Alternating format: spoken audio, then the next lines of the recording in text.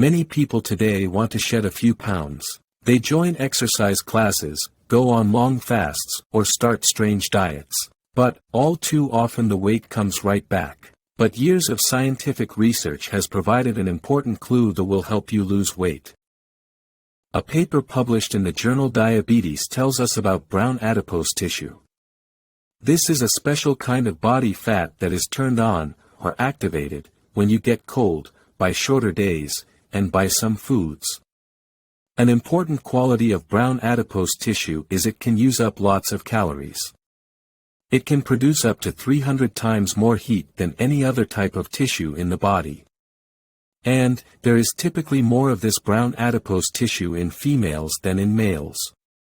The success of a weight loss attempt could well depend on the activation of brown adipose tissue to burn excess calories. This study analyzed scans of human patients.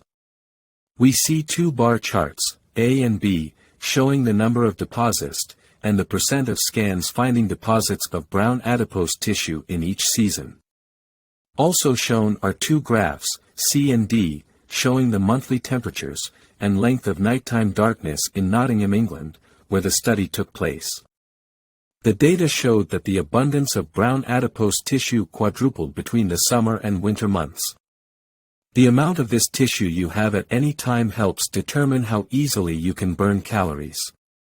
This may indicate that the season when you actually start a weight loss program could partly determine whether or not it will be successful. Another article in the British Journal of Nutrition gives us additional information that will be helpful for weight loss attempts. The article tells us that omega-3 fats such as fish oil and perilla oil can actually reduce white fat pad mass. Some studies have indicated that these omega-3 oils increase thermogenesis in brown adipose tissue, causing it to burn fat.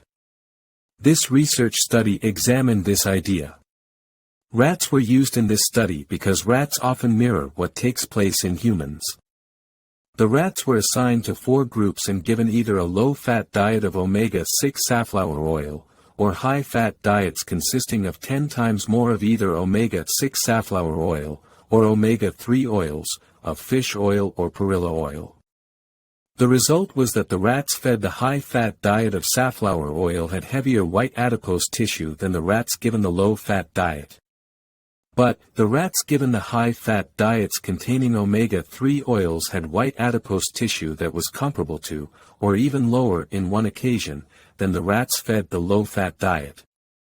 The final weight of brown adipose tissue did not vary between any of the groups. It is significant that the uncoupling protein 1 mRNA, which activates brown adipose tissue, was 150.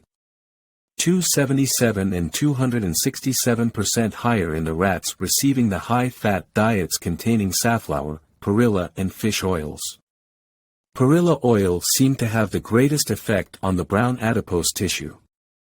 In addition, leptin, which helps reduce your hunger and makes you feel full, was 30% higher in rats fed the high-fat perilla diet than those fed a low-fat diet.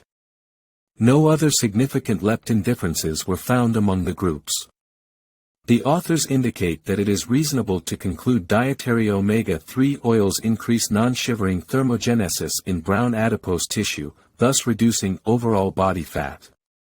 What's becoming increasingly clear is that the foods you consume will determine your weight. Omega-3 oils, for instance, are much more conducive to maintaining a healthy weight than omega-6 oils. And, perilla seems to be a star when it comes to energizing brown adipose tissue to burn calories, and to produce leptin to make you feel full sooner so you don't overeat. Now, let's look at one more study published in the Journal of Food Science. As in other studies, mice were divided into 4 groups. One group was fed a normal diet with 10% of calories coming from fat. The other 3 groups were fed a high-fat diet with 60% of calories coming from fat. A high-fat diet is intended to increase body fat to make the mice obese. 2 of the high-fat groups were given purple perilla at a rate of either 100 mg per kilogram of body weight or 400 mg per kilogram of body weight. The concept we are testing in this experiment is to determine if there are dose-dependent effects of taking purple perilla. That is, if purple perilla has an effect, it should produce more of its effect and more purple perilla is given. The experimental feeding lasted 12 weeks. And, what results did the researchers observe? Let's look at these two bar charts. The first chart shows epididymal fat, which is metabolically active abdominal fat. The second chart shows mesenteric fat, which is an indication of both Crohn's disease, and C-reactive protein, which is often associated with disease activity. In the mice fed the normal, low-fat diet, both types of fats were low. But, the mice fed the high-fat diet had very high levels of both fat types. In the experimental groups given purple perilla, we see that the purple perilla caused less fat accumulation. And, the reduction effect was more pronounced as more purple perilla was taken.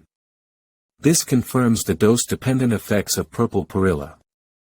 This study showed that purple perilla, at a dose of 400 mg per kilogram of body weight, was most effective at combating obesity by curbing weight gain, and it helped control lipid levels.